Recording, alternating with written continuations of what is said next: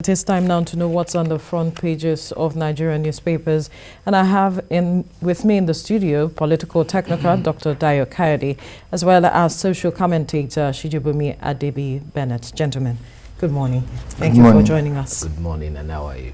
Very well. Should I quickly reiterate that what happened last week in court as regards Wiki and VAT is what we call real restructuring. Right. And the kind of revolution we're come talking to that. about.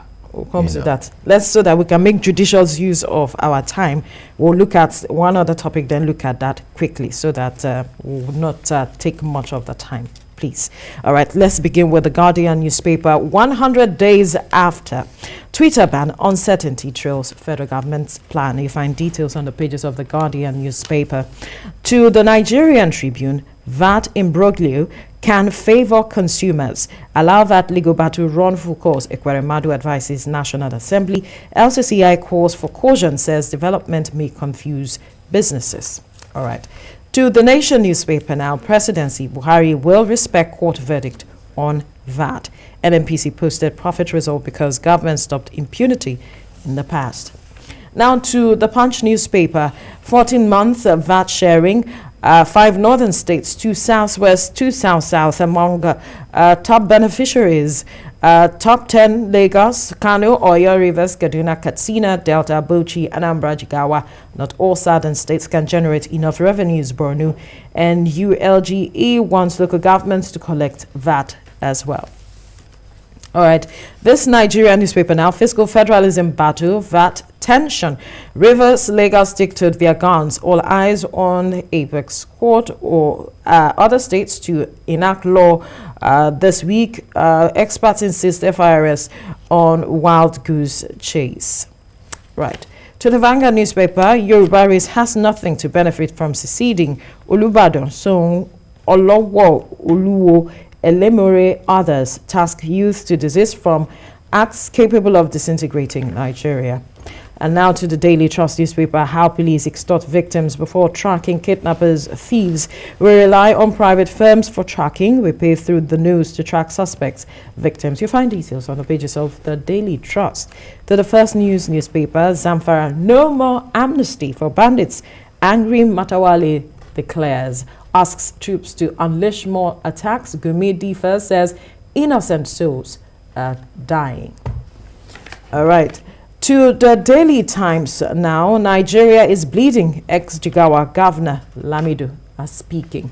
You find details on the pages of the Daily Times. To the Blueprint, troops crush fleeing Zamfara Katsina bandits in Niger. You find all of the details on the pages of the Blueprint newspaper. To the Daily Independent now, banks may not fare well with e-Naira. Analysts. Banks may not fare well with e-Naira. Analysts are speaking. All right, to the national economy now, 189,765 Nigerians sign up for retirement plans in 7 months, as Pencom latest figures show increase from 9.2 million to 9.4 million. To the Nigerian News Direct, economic recovery, UBA, Fidelity Bank, 10 others generate 578.9 billion naira profit in 6 months. You find details on the pages of the Nigerian News Direct. To the Business Day now, in battle for equity, Nigerian states tussle over taxes with federal government. In battle for equity, Nigerian states tussle over taxes with federal government. Details on the pages of the Business Day. All right, to the Business AM, CBN faces formidable opposition in battle for Naira's value soul. CBN faces formidable opposition in battle for Naira's value soul to control markets and narrative.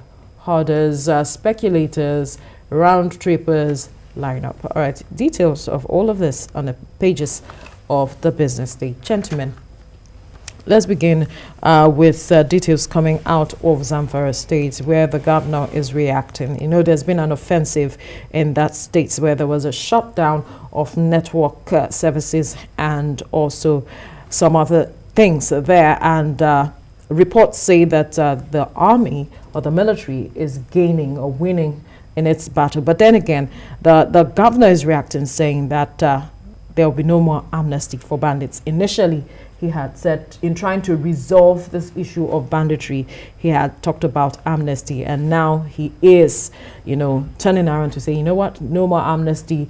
The military should unleash more attacks on them. And I'm wondering what you make of this new development coming from the governor. Yes, definitely I would be expecting him to say no more amnesty, because you can see that there was another attack on a military installation in that same state, I think 2 days ago. Right. And we learned that 12 soldiers were killed, while some people were even being injured. And then you can also see this Sijibomi also coming up. He first of all said, look, the bandits, we keep on unleashing violence on Nigerians, except you give them amnesty. Now, he's also saying you should stop killing innocent people. He is also saying that he knows these people very well. And I wonder what government has been doing on this same Sijibomi. I wonder what government will have done if somebody from another region had been saying this, that Sijibomi had been saying since. No, are you trying to pit it that, okay, perhaps it's because it's from that region, that's why government... No, let's put that aside. We have seen... Listen. Let's look at it from the prison of he being a Nigerian first. Because issue, every life lost is the life of a Nigerian. Listen, it's beyond that. Look at what happened to the agitators in the East. Look at what happened to the agitators in the West. Even though I never been part of them, and I don't want to be part of them. Right. But then they are being looked as what? Why these people on this other side are being looked at as what? And we kept on saying the same thing every day. We kept on seeing the same thing happening every day in that same part of the country. They are our brothers. The Muslims are our brothers. The Northerners are our brothers. The soldiers that are being killed are our brothers. So why should we now keep quiet from saying the truth? And mark you, I as a person has also been saying it. To what extent? As the commander-in-chief of the armed forces, being able to arrest some of these bandits, it is beyond buying to planes. It is beyond changing service chiefs. It has to do with what are your intentions towards solving these problems. What are your philosophies? He has said that he wants to be remembered as the president that ensured that he left ensuring that there was peace in the country in terms of security. We want action. And all of that. We want action, not talking. We want to see him. Action are you expecting from the president? We want to see him coming out to proscribe these people, these bandits. We want to see him calling them bandits. I want to see him arresting them, prosecuting them, and punishing them, so that we will know that yes, he is working his talk. We also want to see him quizzing Sijibomi as regards all he has been saying, what he knows about these people. He has been the one that have been mediating between the government and these bandits. So invite him. Was he mediating? But has he not been mediating? Has he not been talking in their favor? Has he not been saying he knows them? Speaking in their favor, but we cannot say he's. But has he not been saying he knows them? Right. Has he not been saying he knows where they are? Has he not been saying, except you do this for them, they will not stop this? That means he has been talking to them. And he knows their grievance, he knows their needs. So the issue is, has government been able to pick this guy to ask him for that questions on how to stop this problem? Right. These are big issues. The issue, yes, absolutely. Let's get your perspective to this matter, Sijibomi. Amnesty is obviously not working for the Zamfara state governor. Yes, and I think it's the best realization from the governors of those northwestern states. They've tried everything, and they've seen that amnesty can never work. People have said it over and over again. When you give these people money, they will want more. It's just like the blackmail business. somebody has your, in quote, naked pictures, you send money to the person, not to release it. The day he finishes spending that money, he comes for another. He comes for another one. So it's the best news that can happen.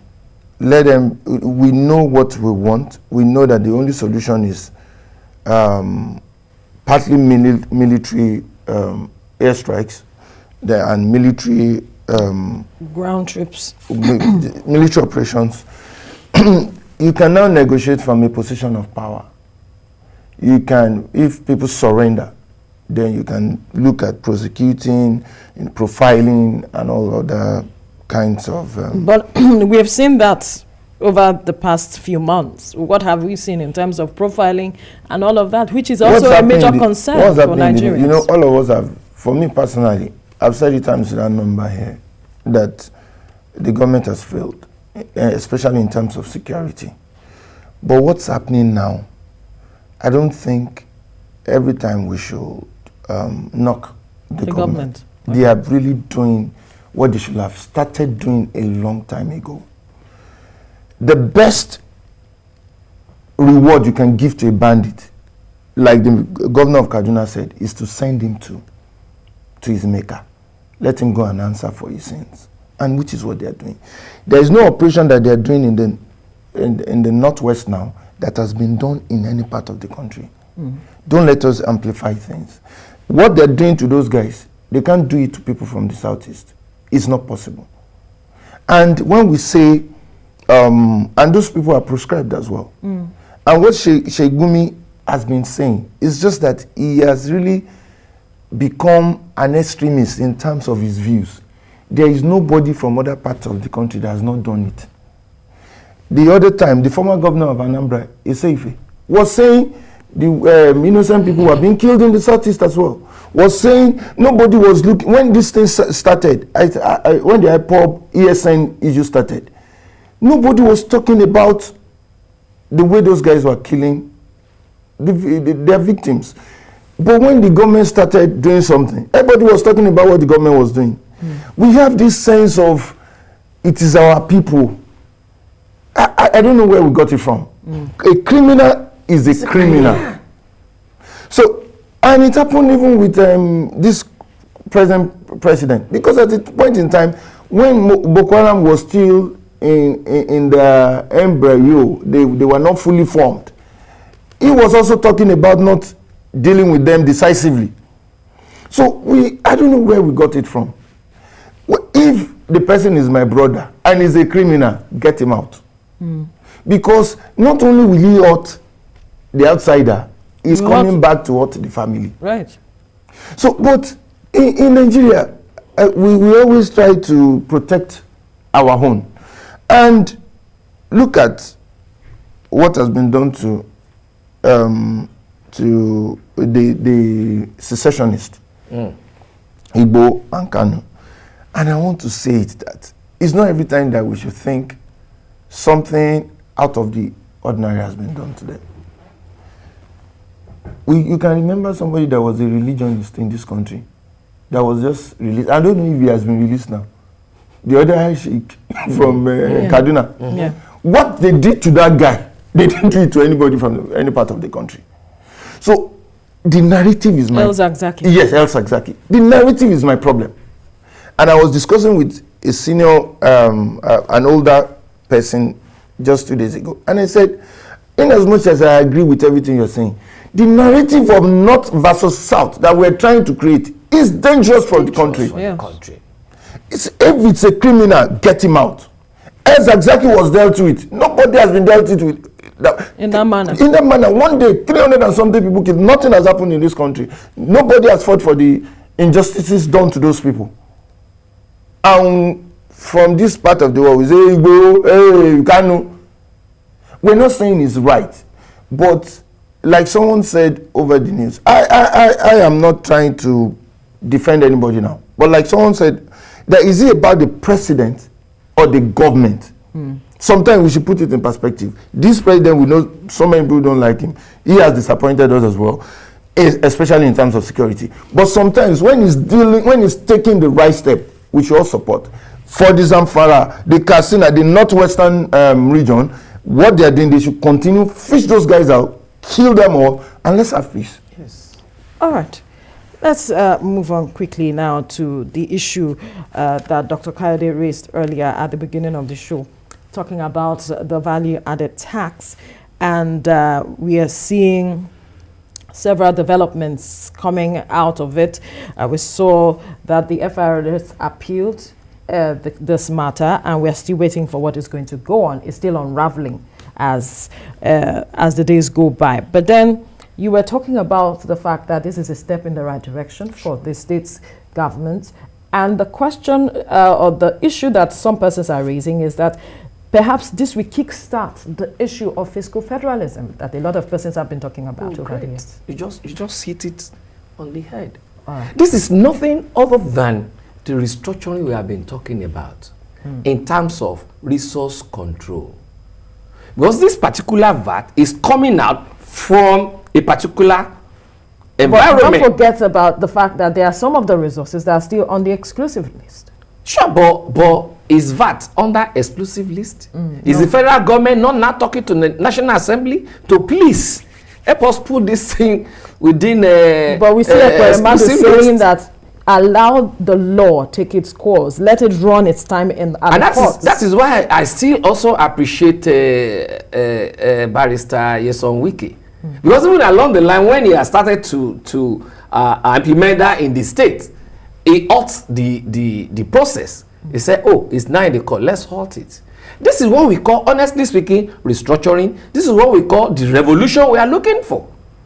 Within the democratic tenet, it is a civil way of carrying out revolution, thinking outside the box, and bringing out issues, bringing out new ways of doing things. It's revolution, not about carrying Ozobu type of revolution. No. But, yeah, there's Ozobu revolution. Okay, Zobu revolution. You know? But look at this guy. He went straight. He did not go to court just like that. He studied the situation. He was pragmatic about it and came up with comprehensive process. Right. And look at the way it's been going. Other states are now joining, but others were not before. And you know, each time we talk about states, especially governors, thinking outside the box to be able to generate revenue for themselves, to keep their state running. These are part of the thing we're talking about. But we see some who are not, in support of this process. Some have come out to say, you know what, be your brother's keeper. Don't do this to us. Do you want me? How do you see this situation?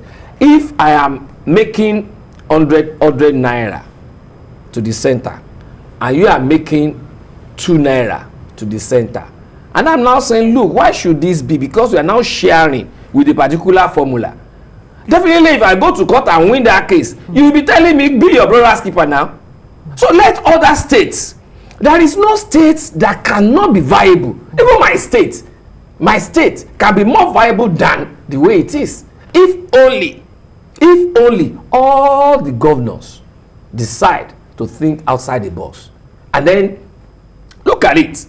How do we revolutionize our what do they call it again? Internally generated revenues. Okay, not until when they start doing that, then they will now stop going to Abuja with their cups in their hands. Then they will be able to be more serious with whatever is happening in their state. Then they will be also be able to get more autonomy for local government, and then people will now be able to have dividends of democracy. All right, let me come to Sijibomi, which one question that is of concern. We saw that it took the FIRS 28 years to be able to achieve what it has achieved in terms of collecting this revenue. Do you see states, do you think states have the capacity to effectively collect these revenues and judiciously use them in the benefit of the people? In as much as I would like to answer that, but it will erode the substance of the issue. The substance of the issue is there is no wrong time to do the right thing. Sure.